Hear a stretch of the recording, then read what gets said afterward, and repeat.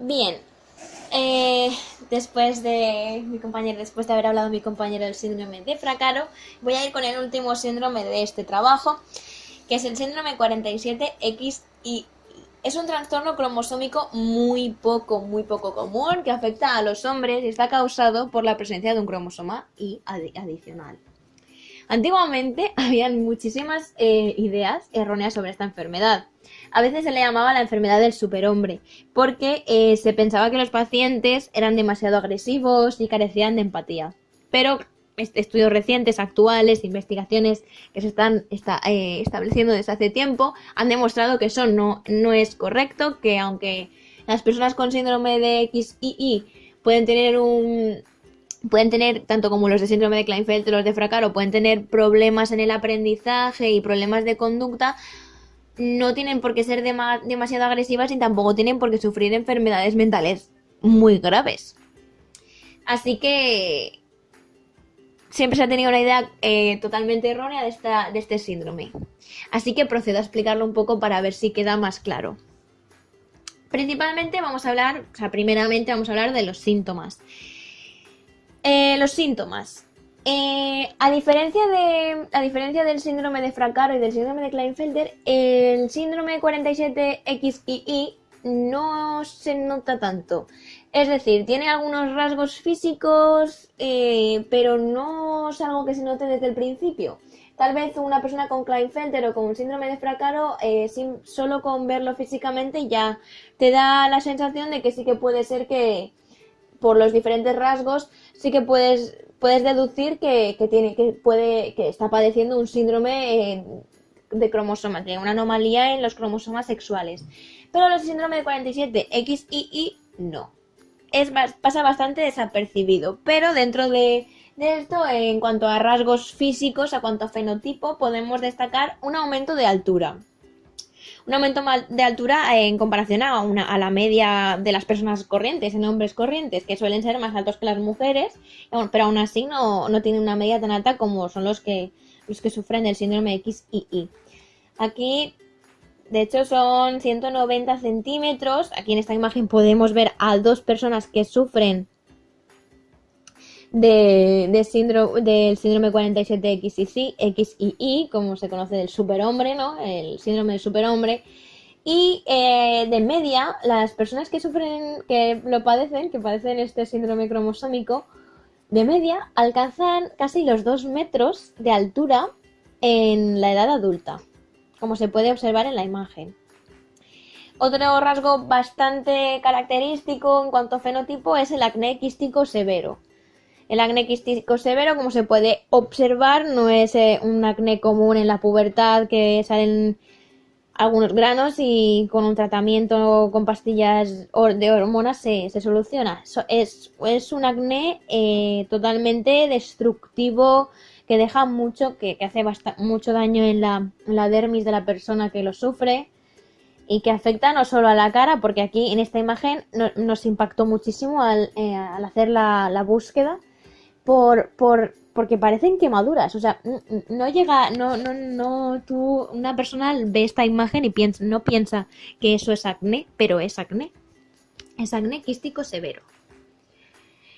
Y básicamente estos serían el fenotipo que puede presentar una persona con síndrome XII, porque todo lo demás, todo lo demás, en este caso, en este síndrome, la afectación máxima está en el estado mental, no en el estado mental porque tenga enfermedades, porque el síndrome esté provocado por enfermedades mentales, o algo así, no tiene nada que ver, porque como hemos dicho, el síndrome puede estar provocado por varias enfermedades o por una enfermedad, pero un síndrome y una enfermedad no es lo mismo, estamos hablando de síndrome.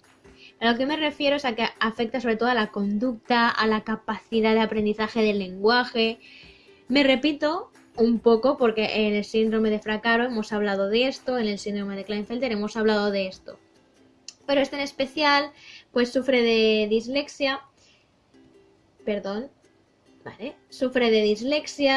sufre de temperamento explosivo, sufre de discapacidades en el aprendizaje. En discapacidades de aprendizaje. Aquí tenemos esta distribución del coeficiente de inteligencia escala de Wechsler. Es una gráfica, un gráfico que nos ha servido mucho para orientarnos en esto del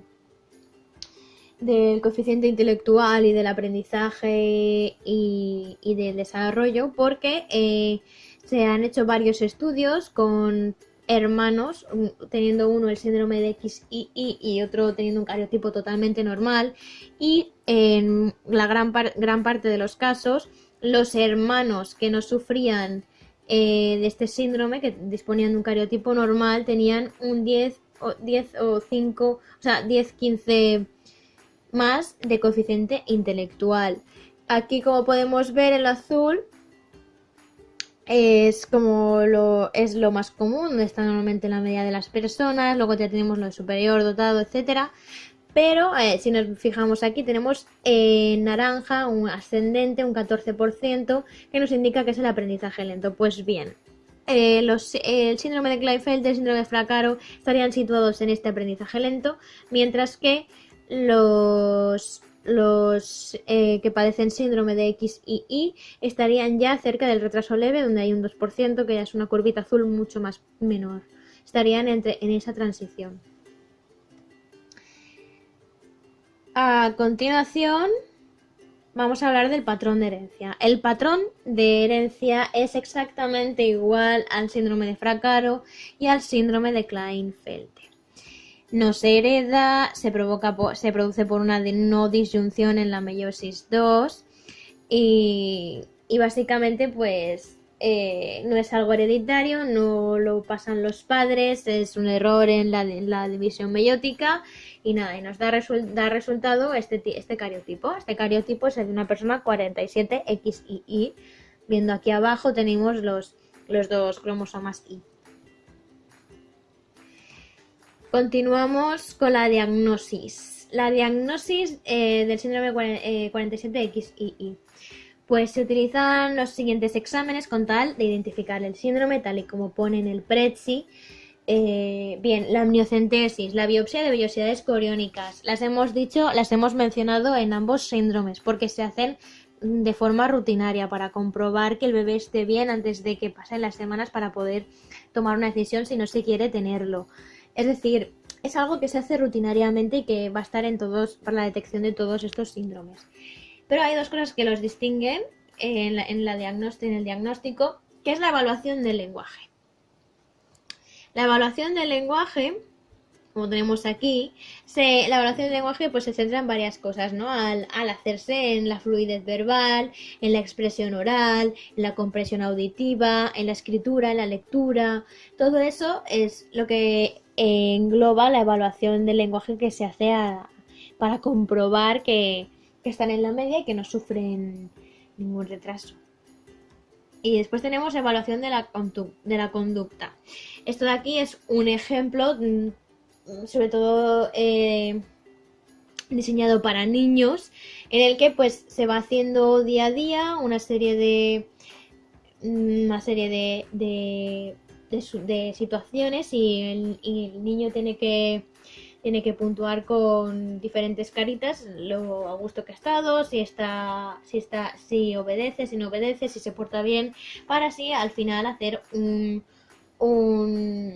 llegar a una conclusión y ver si puede ser que ese niño sufra de problemas de conducta y si puede tener relación con un síndrome de cromosómico. Pasamos al tratamiento. El tratamiento, pues tanto como los otros síndromes que hemos hablado ya, no tiene cura y básicamente el tratamiento está destinado a los síntomas y al apoyo. En este caso, como hemos dicho antes, no hay muchos fenotipos, solamente la altura y el acné, y por lo tanto pues el tratamiento también se va a centrar sobre todo en aspectos de aprendizaje del lenguaje, como es la terapia del habla, el apoyo psicológico y tratamiento del acné. Bien, el tratamiento del acné sí que también va bastante relacionado con el aumento de la autoestima, para que no se sientan tan mal consigo mismos por tener un acné tan severo. Y el tratamiento de acné se lleva a cabo con las mismas hormonas que hemos visto cuando hablábamos de tratamiento hormonal en el síndrome de Klinefelter. Y por supuesto, apoyo psicológico. Bien, síndromes relacionados. Este es un apartado que hemos decidido añadir en el síndrome 47XII porque dentro de la recerca de información que realizamos salía sobre todo pues relacionado con el síndrome de Klinefelter, el de Fraccaro, pero nos resultó bastante curioso que también se asociara al síndrome de Sotos y al síndrome de Marfan. Como podemos observar, el síndrome de Sotos, está caracterizado por un crecimiento excesivo antes y después del nacimiento. Y principalmente es el aspecto facial, el enrojecimiento, la protuberancia frontal, como se puede ver en estas imágenes, las fisuras palpables, es decir, pliegues de párpados inclinados hacia abajo, la mandíbula prominente y estrecha. Y aquí pues tenemos otra imagen. Y después está el síndrome de Marfan, bastante impactante, que es un trastorno genético que afecta al tejido conectivo, que es el material entre las células del cuerpo que da forma y fuerza a los tejidos. Las principales síntomas son escoliosis, protuberancia de la pared torácica, que se llama pectus, que es lo que podemos ver perfectamente en estas imágenes. Y también puede llegar a causar dislocación de las lentes de los ojos, ensanchamiento de la arteria principal, aneurisma, desgarro de la arteria principal, etcétera. Y con esto he acabado mi parte del síndrome de 47XII y pasamos a hablar de los artículos de interés que hemos encontrado al buscar información sobre las anomalías cromosómicas, síndromes cromosómicos y nada, aquí os dejo con mi compañero Berna. Y para finalizar ya con la exposición de este trabajo, hemos hecho una recogida de 2 artículos de interés que van a ayudarnos a contrastar nuestra conclusión. Y vamos a proceder a explicarlos. Tenemos 2 que están extraídos de la PLOS ONE y Columbia College. La PLOS ONE pertenece a una revista científica, mientras que Columbia College es una universidad, es la investigación en una universidad.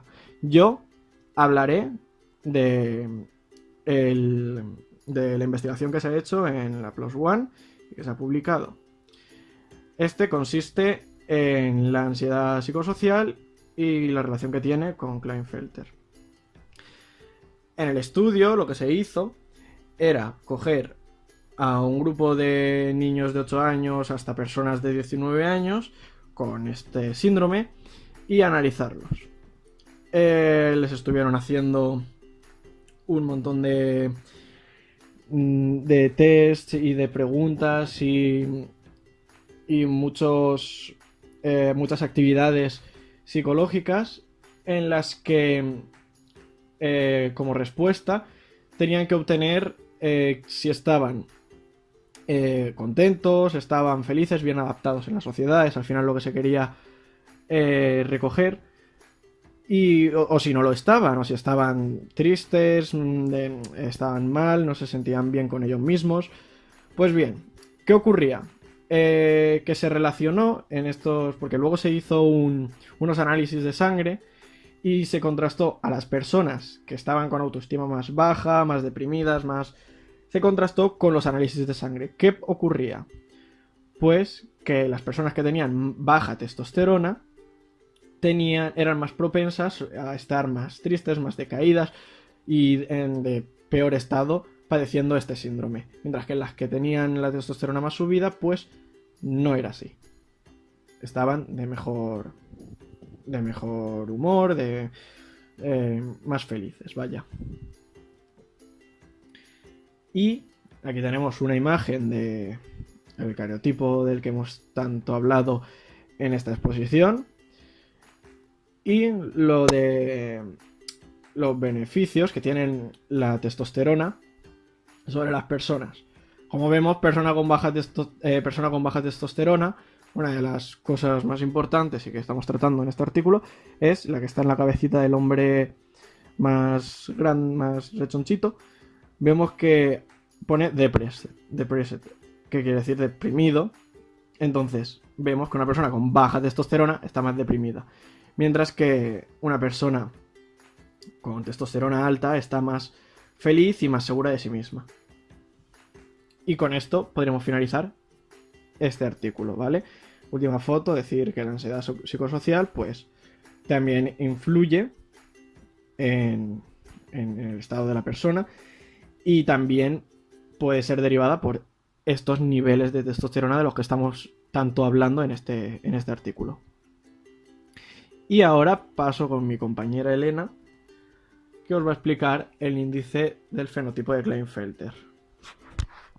Sí, yo voy a hablar del índice de fenotipo de Klinefelter, que es el nuevo método que ha desarrollado la Universidad de Columbia de Estados Unidos para identificar tempranamente pues, el síndrome de Klinefelter y así evitar los síntomas cuanto antes. Bien, este artículo de los dos es el más reciente y nos resultó bastante curioso y por eso elegimos estos dos porque del que voy a hablar yo contrarresta bastante información del primero, con lo cual se puede ver una evolución en la investigación del síndrome de Klinefelter. Esto es porque en la Universidad de Columbia se realizó un experimento con varias personas con edades bastante parecidas a las del anterior artículo y se realizaron exactamente los mismos análisis. Se hicieron muchos test de evaluación del entorno social, de la satisfacción consigo mismos, autoestima. Se hicieron un montón de evaluaciones y también en conjunto a cada participante se le realizaron análisis sanguíneos para comprobar más tarde los niveles de testosterona. De los porcentajes de los pacientes a los que se realizaron estas pruebas, un 38% tenía baja autoestima, el 26% tenía un mal concepto de sí mismo y el 16% tenía riesgo de depresión. Además, la mayoría de los participantes, cerca de un 85%, reportaron problemas de aprendizaje, deficiencias del habla y del lenguaje y problemas sociales. Pero, sorprendentemente, al comparar más tarde los resultados de los análisis sanguíneos, los niveles de testosterona no se asociaron con estas medidas de salud social y psicológica, a pesar de que, como hemos dicho en el anterior artículo, se creía que la testosterona baja era la base de muchos de estos síntomas. Con lo cual es algo que todavía se está investigando y no se sabe con certeza. Así que nada, eso es todo. Bueno, pues hasta aquí ha llegado nuestro trabajo y exposición de las anomalías de los cromosomas sexuales. Esperemos que os haya gustado, os haya ayudado en lo que hayáis necesitado. Y pues eso, que muchísimas gracias por vuestra atención. Chao.